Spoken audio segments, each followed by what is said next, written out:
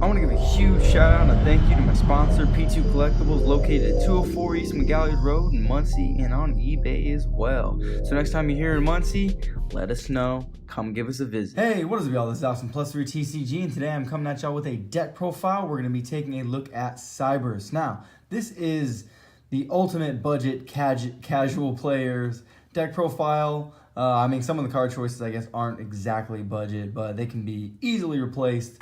Pretty much just speaking about hand traps here. This is a cool deck that can extra link. It is obviously Cyberse, so we can use Firewall in its natural habitat, and we will just hop right into the deck profile and explain some of the card choices. So, since the Structure Deck's release, we now have some additional extenders, and this is a cool starter card, Lady Debug. It allows you to add a level 3 or lower Cyberse monster when it's normal or special.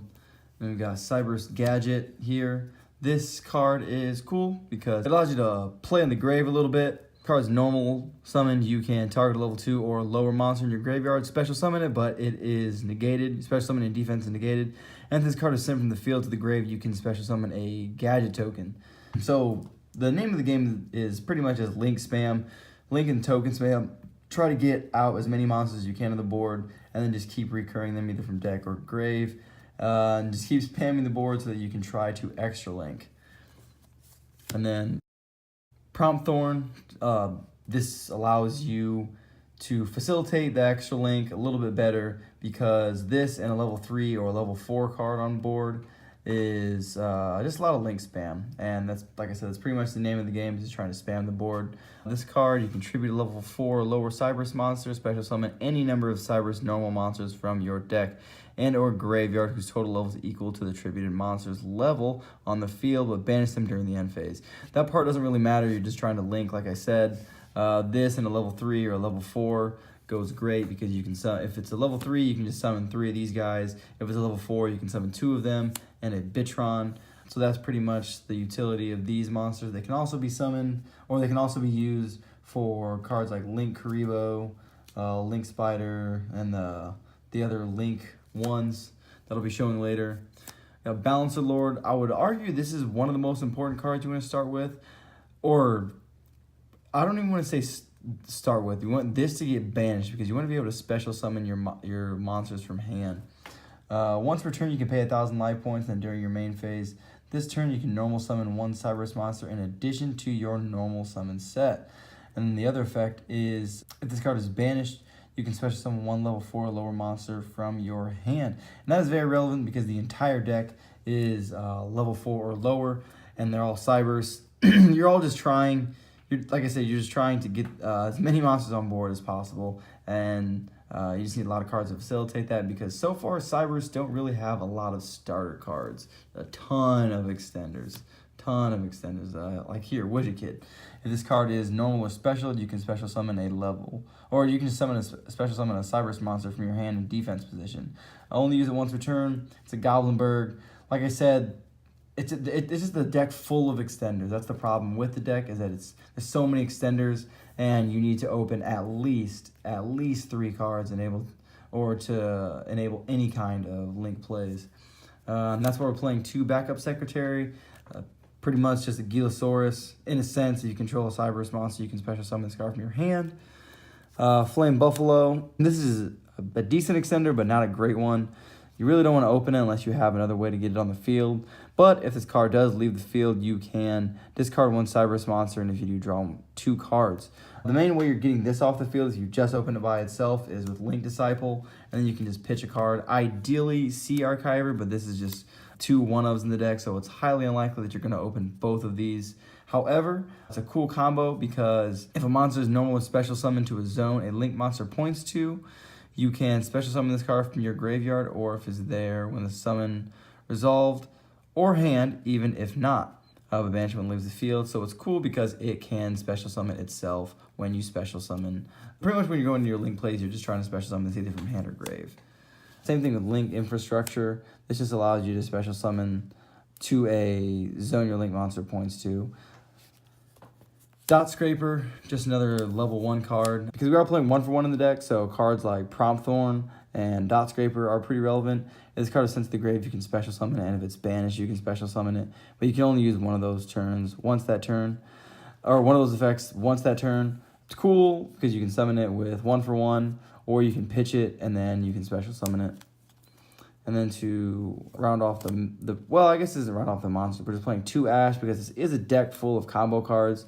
This deck cannot afford the interruption like Goki or a lot of the main meta decks, or even a lot of current like rogue, semi-competitive rogue decks. They can play a lot more defensive cards. This deck needs the combo pieces, and that's why we're only playing 2 Ash. And then we're playing Ibly. I mean, you really don't want to draw in this deck. It's hard to... If you draw it and you don't have the combo, you're probably going to lose because you just can't really push through unless you open like 3 or 4 cards. And if you open 3 or 4 cards, and this is the 5th card, so it's pretty much a 4 or 5 card combo if you open this to be able to get out of it effectively. And then these cards are actually bad. The effect of this is pretty cool. It's just that in practice, you're trying to link spam. You're not trying to summon this ritual monster. However, with the monster that you are adding this with, Cyberse, which you can pretty much just expect to pitch these cards for either nightmares, or just try to pitch these cards in general, because when both of these are in grave, this has a cool effect where if you control no monsters, you can banish this card and 1 ritual monster from your grave and special summon 2 Signet tokens. The level 4s, it really doesn't matter.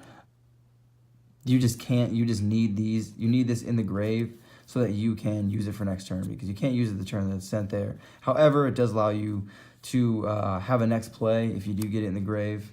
But other than that, it's pretty bad. You're really just not trying to play it. That's the monsters plus the 1 spell. It's just an engine requirement. Then we're playing Foolish Burial because we want to pitch our cards like Sea Archiver, the Dot Scraper. We want to pitch the level 1 card so that we can just facilitate more combos. Same thing with 1-for-1, just trying to get our really powerful level 1s out on the field. And then playing 2 Gold Sark. That is for Balancer Lord, because like I said, banishing it is very relevant. It's cool opening it, or cool opening Balancer Lord, but unless you have the additional extenders, it's not the greatest. And I think the most effective way of using it is by using its special summon effect so that you don't have to use your normal summon right away. Same thing, kind of the same theory with One-Time Passcode. These are just great extenders because they get you link monsters on the board. This can become a Link Disciple, which can then become a potential draw. And if you don't even use your normal summon, if you open like Gold Sark in this, you could potentially draw into something that is going to get your combo going. And then three more extenders: World Legacy Succession, Monster Reborn, and Soul Charge. These are just our Grave Revival cards. We have a lot of strong Cyberse link monsters, or just link monsters in general, and sometimes we can link them away if we open one of these, especially Soul Charge. Soul Charge plus like 2 or 3 cards should be the full link combo.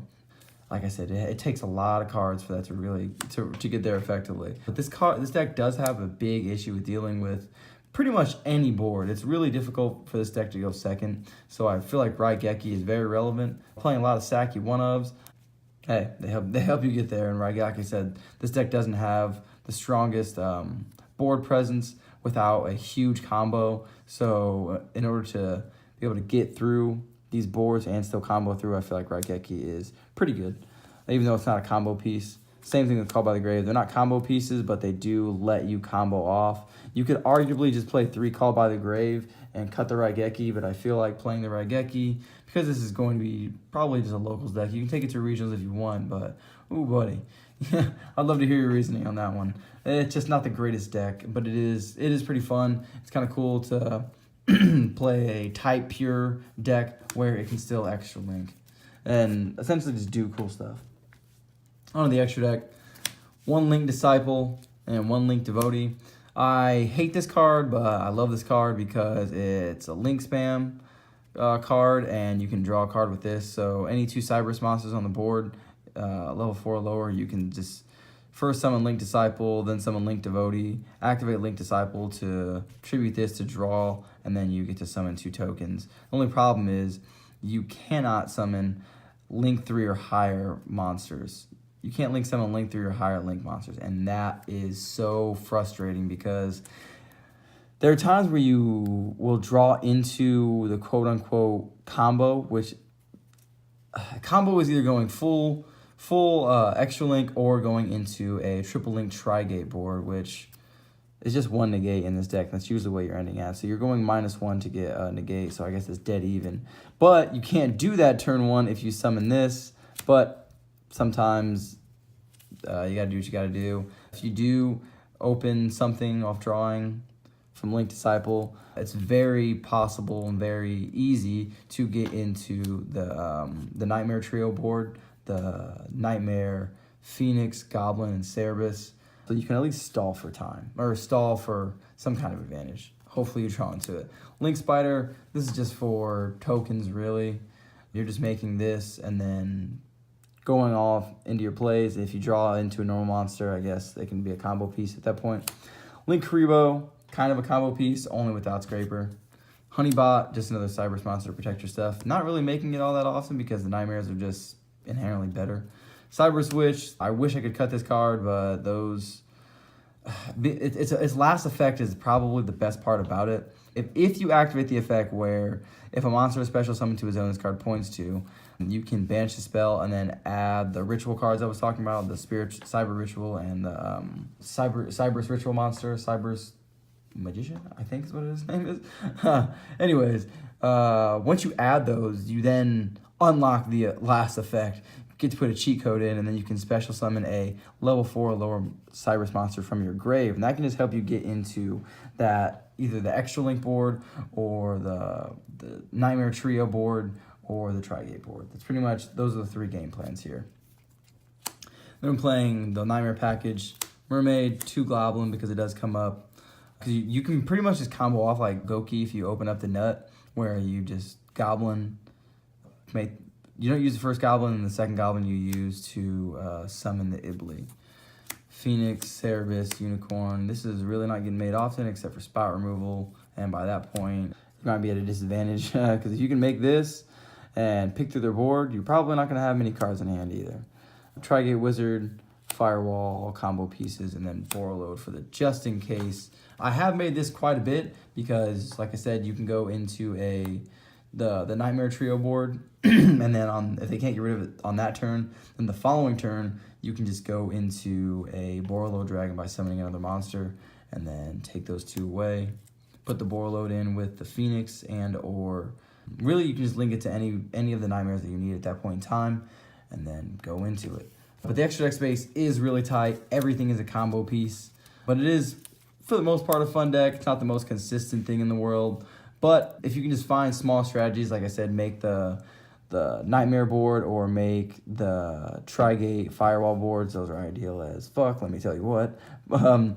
But yeah, let me know what you think down in the comment section below, y'all. I know this is kind of a wonky board or a wonky deck because it is not the most consistent, but let me tell you, it is kind of fun extra linking with Cyberse. Let me know what you think down in the comment section below, y'all. And this is Austin +3 TCG signing out.